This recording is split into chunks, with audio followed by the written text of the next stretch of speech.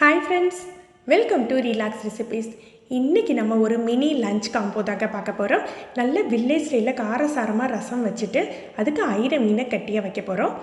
ஐர மீன் பொதுவாக ஐர மீன் மற்ற மீன்கள் மாதிரி கிடையாதுங்க. வேங்கையில் கொஞ்சம் உயிரோடு தான் இருக்கும். நீங்கள் டக்குன்னு தண்ணியை ஊற்றிட்டீங்க கழுவுறதுக்காக அப்படின்னா வீடு ஃபுல்லாக துள்ள ஆரம்பிச்சிடும். அதனால் முதல்ல கொஞ்சம் உப்பு போட்டு மூடி வச்சுடுங்க. அதுக்கப்புறமா நம்ம க்ளீன் பண்ணிக்கலாம். ஒரு உப்பு போட்டு ஒரு அரை மணி நேரம் மூடி வச்சுக்கலாம். சில பேர் தேங்காய் பாலெல்லாம் சேர்த்து மூடி வைப்பாங்க. அப்படி கூட நீங்கள் பண்ணிக்கலாம். ஆனால் நார்மலாக நான் உப்பு போட்டு கழுவுறது தான் வழக்கம்.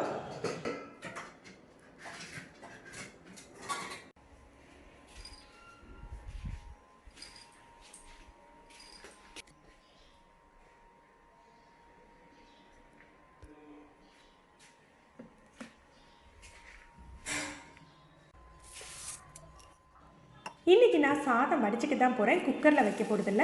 அதனால் ஒரு 10 நிமிஷம் போல் அரிசியை ஊற வச்சுக்கலாம்.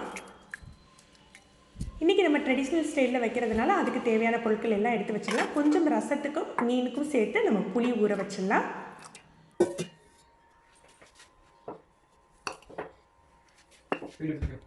ஆமாம்,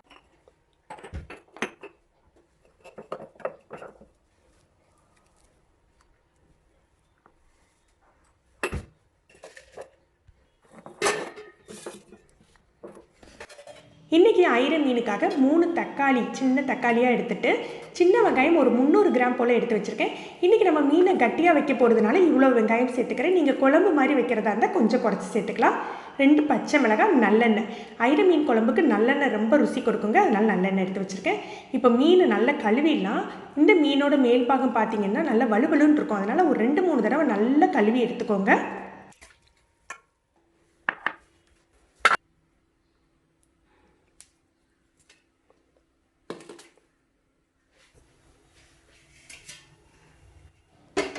மீன் குழம்பு தாளிக்கிறதுக்கு நம்ம நல்லெண்ணெய் எடுத்துக்கலாம். பொதுவாக சீ ஃபுட்டுக்கே கடுகு உளுந்து பருப்பு சேர்க்கறத விட வெந்தயம் சீரகம் தான் நல்ல வாசமாக இருக்கும். அதே போல் இங்கேயும் வெந்தயமும் சீரகமும் போட்டு தாளிச்சுக்கிறேன். கொஞ்சமாக கருவேப்பிலை சேர்த்துக்கலாம். கருவேப்பிலை பொரிஞ்சாக்கில் நம்ம வெட்டி வச்சுருக்க சின்ன வெங்காயம், பச்சை மிளகாய் சேர்த்துடலாம். வெங்காயம் வதங்கட்டும். வெங்காயம் கொஞ்சம் வதங்கின பிறகு நம்ம தக்காளி சேர்த்துடலாம். இதுக்கு நான் தக்காளி சின்ன தக்காளியாக 3 தான் எடுத்துருக்கேன். ஏன்னா நம்ம புளி சேர்த்துக்க போகிறதுனால தக்காளி கம்மியாக சேர்த்துருக்கேன். வெங்காயம் இந்த அளவு வதங்கினாக்கில் நம்ம தக்காளியை சேர்த்துடலாம். தக்காளிக்கு தேவையான அளவு உப்பையும் சேர்த்துடலாம்.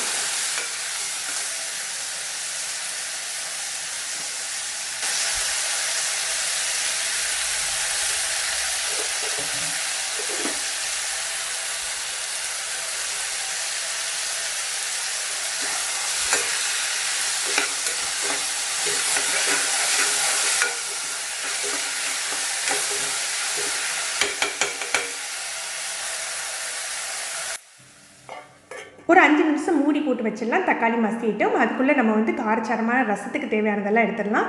நல்ல 2 டேபிள் ஸ்பூன் விதை கொத்தமல்லி எடுத்துருக்கேன். அதோட 1 டேபிள் ஸ்பூன் ஜீரகம், ஒரு டீஸ்பூன் மிளகு எடுத்துருக்கேன். இதை முதல்ல ஒரு அடி அடிச்சுக்கலாம் மிக்சியில். இதோட ஒரு 5-6 பல் பூண்டும் காரத்துக்கு தேவையான அளவு பச்சை மிளகாவும் சேர்த்துக்கோங்க. இதில் மிளகு, பச்சை மிளகாய், காஞ்ச மிளகாய் எல்லாமே சேர்ப்போம். அதனால் உங்களுக்கு தேவையான அளவு காரம் பார்த்துட்டு சேர்த்துக்கோங்க. இதை மிக்சியில் அடித்து குறன்னு அடித்து எடுத்து வச்சிடலாம். இது அப்படியே இருக்கட்டும்.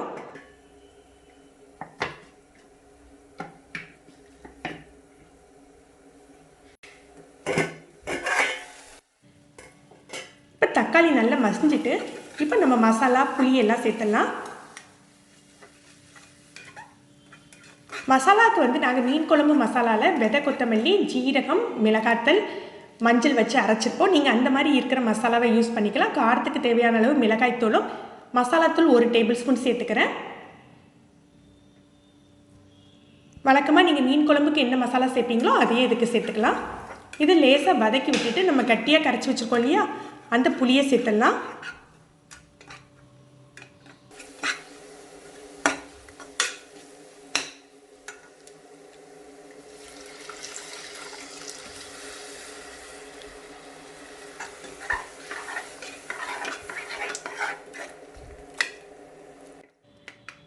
இதில் தேவையான அளவு தண்ணி சேர்த்து நம்ம மூடி போட்டு மிதமான தீயில் வச்சிடலாம். மசாலா நல்லா வெந்து எண்ணெய் பிரியட்டும்.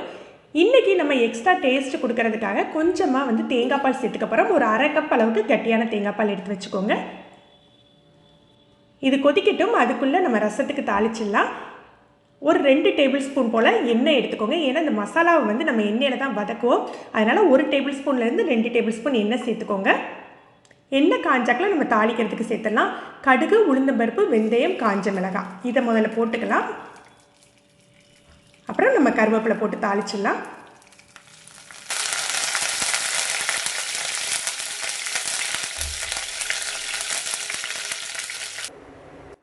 இதில் 2 தக்காளியும் மல்லி இலையும் சேர்த்துக்க போகிறோம். இது வதங்கினாக்கில் நம்ம பெருங்காயத்தூளும் நம்ம திரிச்சு வச்சுருக்கோம் இல்லையா ரசப்பொடி, அதையும் சேர்த்து எண்ணெயிலேயே வதக்கிப்போம். வதக்கின பிறகு தான் நம்ம புளி தண்ணி சேர்த்துக்கணும்.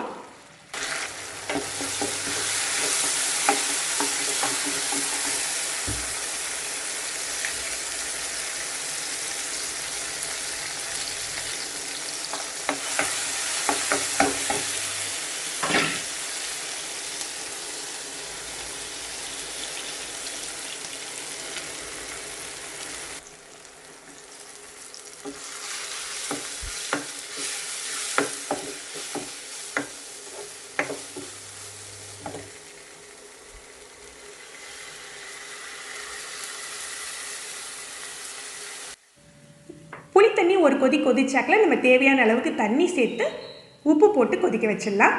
ரசம் நுர கட்டுற வரைக்கும் கொதிச்சாலே போதும். அந்தளவுக்கு கொதிக்க வச்சுட்டு நம்ம எடுத்துடலாம்.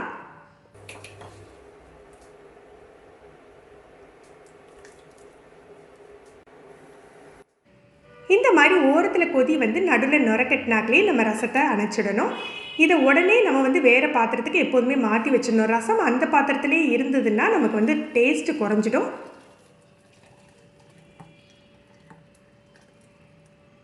இப்போ நமக்கு இந்த ஐர மீன் குழம்புக்கான மசாலா தயாராக இருக்கும். நம்ம அதை ஓப்பன் பண்ணி பார்த்துடலாம். பாருங்கள், நல்ல எண்ணெய் பிரிஞ்சிருக்கு. இந்த ஸ்டேஜில் நம்ம கட்டியாக எடுத்து வச்சுக்கோ இல்லையா தேங்காய் பால், அதை சேர்த்துக்கலாம். தேங்காய் பால் ஆப்ஷனல் தாங்க. இதை சேர்த்திங்கன்னா உங்களுக்கு டேஸ்ட் நல்லா எக்ஸ்ட்ரா கிடைக்கும். அதுக்காக தேங்காய் பால் சேர்த்துக்கிறோம். தேங்காய் பால் சேர்த்து ஒரு கொதி வந்த உடனேயே நம்ம மீனை சேர்த்துடலாம்.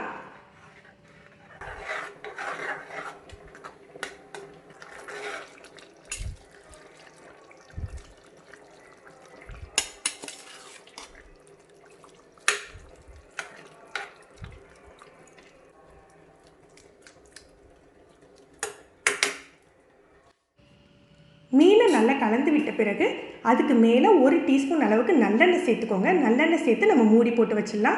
ஐர மீன் ரொம்பவே சீக்கிரமாக குக் ஆகிடுங்க. மற்ற மீன் 10 நிமிஷத்தில் வேகுதுன்னா ஐர மீன் 3 நிமிஷத்துலேயே வெந்துடும் உங்களுக்கு. பாருங்கள், 3 நிமிஷம் தான் ஆயிருக்கு. நல்லா சூப்பராக உங்களுக்கு செட் ஆகிடுச்சு. இதுக்கு மேலே நம்ம போட்டு வச்சுருக்க வேண்டாம். அந்த சூட்லேயே நல்லா வெந்துடும் உங்களுக்கு.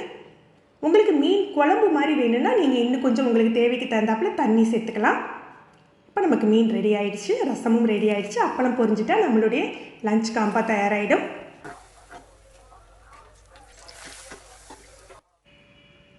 இன்றைக்கி பார்த்த ரெசிபிஸ் ரெண்டுமே உங்களுக்கு பிடிச்சிருக்கோம் அப்படின்னு நினைக்கிறேன் ஃப்ரெண்ட்ஸ். இந்த வீடியோவை உங்களுக்கு பிடிச்சிருந்தால் லைக் அண்ட் ஷேர் பண்ணுங்கள்.